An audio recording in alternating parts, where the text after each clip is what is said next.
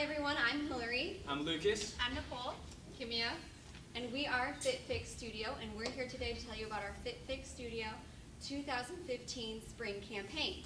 In other words, you're all about to be FitFixed.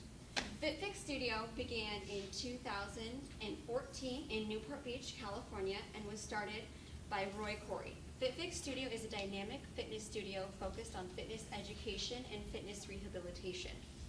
Roy Corey is a graduate of CSUF in kinesiology, is a Titleist Performance Institute instructor, and is also a certified personal trainer. The facility works with contracted personal trainers who specialize in rehabilitation and fitness, in surfing, golf, basketball, and volleyball, as well as just general fitness rehabilitation. So we did our situation analysis, and we looked at the aspects of course, FitFix Studio's 4 Ps, which is going to be price, product, promotion, and placement, as well as a situation analysis that also gave us a chance to look at the collaborators, the customers, and the competitors. And by looking at the situation analysis, we also created our SWOT. Our SWOT looks at the snapshot of the strengths, weaknesses, opportunities, and threats.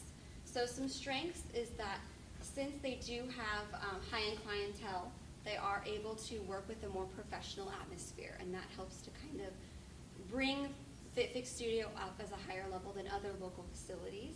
They also have fitness education focus. They don't just do fitness education with their clients, they do fitness education seminars, which we'll talk about later.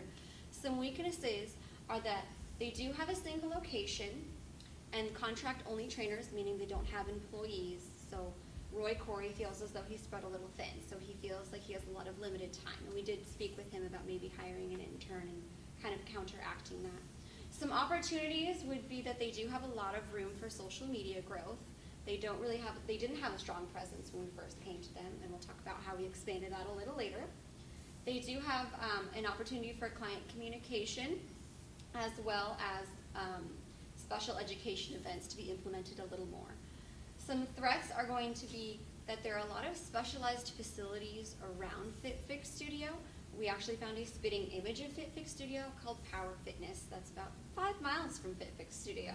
So that was interesting. We kind of got our boat a little rocked because we were like, oh my goodness, this is the exact same person.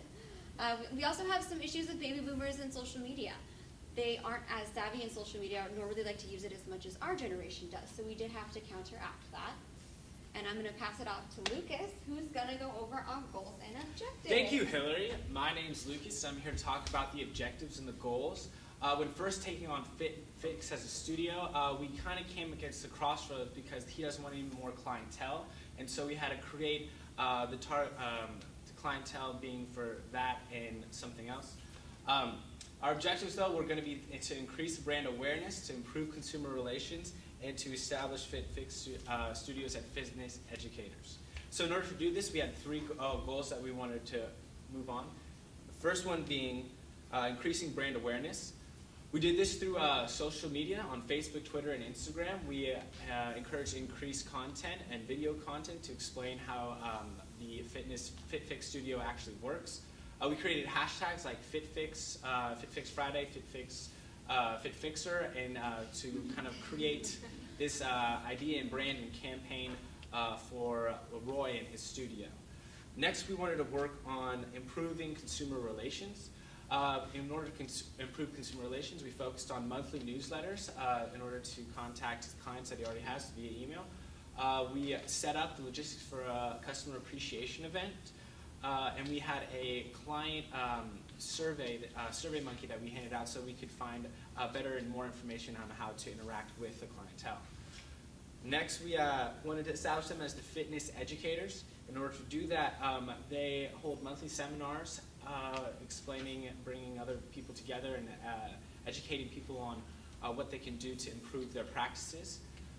We wanted them to share the knowledge through social media, and also they had another event called Pints of Performance 2.0, which was a networking social to interact with clients and actual fitness educators.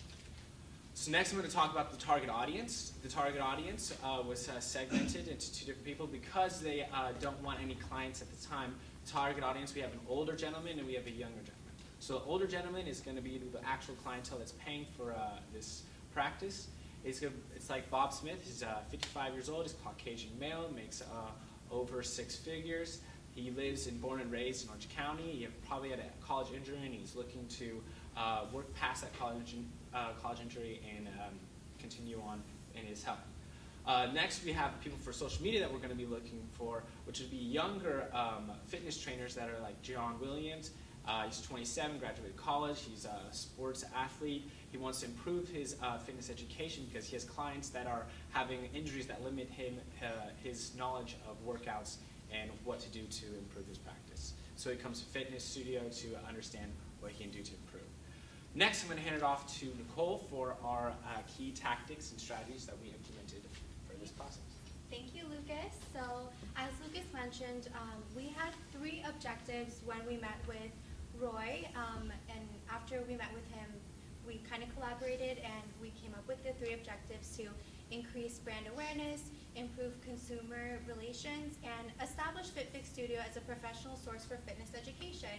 And so I'll go into the first one, so increasing brand awareness. So our client did this, when we first met up with him, he had YouTube and he would post videos, and he also utilized his website, but he really didn't utilize any social media. He didn't really even know what a hashtag was. So we really got him to utilize, Facebook. He would post videos and images, and as well as kind of update his clients on what's going on in the studio, events coming up, just a good way to engage with them. Next, he also utilized Instagram, again, like I mentioned, hashtags, geotags, locating the location in Newport Beach, his studio, and videos, and he got creative with it, which was fun. So, and then next on Twitter, he really utilized Twitter for tweeting, and this was a good way to kind of have like an open forum, like a Q&A. So his clients would go on Twitter, ask him a question outside of their time with him, like on certain fitness tips, so, and as well as images and videos.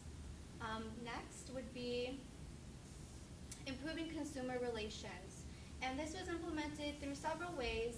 The first one was through quantitative research through SurveyMonkey. And on SurveyMonkey, we really wanted to know how his clients like to be contacted, what social media they use, if they use social media, do they want to learn more about fitness tips outside of the studio time, like going on their own, watching videos, and so we asked those questions, and we actually got pretty good feedback. We found out that, the baby boomers, 50 and up, they do use social media. They use it actually more than once a day.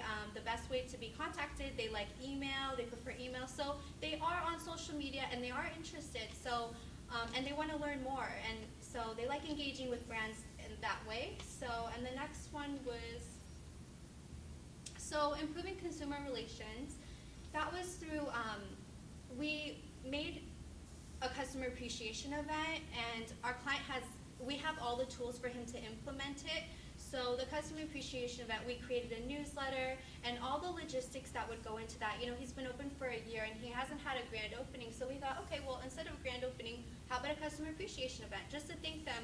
Thank you for coming and thank you for being us for a year, because he's been open for a year. So we have all of that ready for him when he wants to go ahead and have that event. Kind of the same idea. So newsletters, 3 different types of ones. Lucas had mentioned Pints and Performances 2.0. That is a great way for fitness trainers and clients to kind of engage and talk just in a more personal setting over a glass of beer. That's kind of the whole background on that. So we have an invitation to Pints and Performances. We also have a type of newsletter that can be sent out through email, because we found out they like to be contacted through email. So that's another one, just like an informational, educational one. So that's with the newsletters. And third, which is the most important one, which is what our client, his main focus was to really establish himself as a professional source for fitness education. So that's really what he's all about. That's what sets him apart. Like Hillary mentioned, there's a local studio right down the street. But what really sets Roy apart is that his is based on really assessing you. He brings in nutritionists, physical chiropractors, everyone to kind of assess you and based off of your needs. So that again, that's just continued use through social media, through hosting educational seminars, just really utilizing all those platforms to have it all encompass the main purpose of fitness education. And I'm going to pass it to Hillary, who's going to talk a little bit more about measurements. I'll go ahead and take care of that. Thank you. So based on our assumptions that our baby boomers don't really like to be on social media, our survey actually proved to us that they like to be contacted through email. So with that said, we came up with, like my team members mentioned, 3 newsletters. So he can go ahead and implement that whenever he needs it, change it up if he needs to. So it's just there for him to be used. The one thing that we could really measure was the social media. And again, he wasn't really social media savvy, so he wasn't posting. So based on our expertise and research, we told him, you need to post twice a day, 5 days a week, because that way the more consistent you are, the more followers you get, and the more people engage with you, and really you can establish yourself on social media that way. So he actually raised his followers by 60%. He was not at all active, so it's something we're really proud of. And the third was the customer appreciation event. And again, that hasn't been taken into place yet, but again, we have provided our client with the tools and the tactics and logistics so we can implement them in the future. I'm going to pass it off to Hillary so we can wrap it up for us. So our client was a little hesitant to actually implement the customer appreciation event along with the newsletters, given the time that we were with him. But he was able to implement the social media aspects that we shared with him on how to kind of manage his social media better. So through social media, we used the 3 platforms, Twitter, Facebook, and Instagram.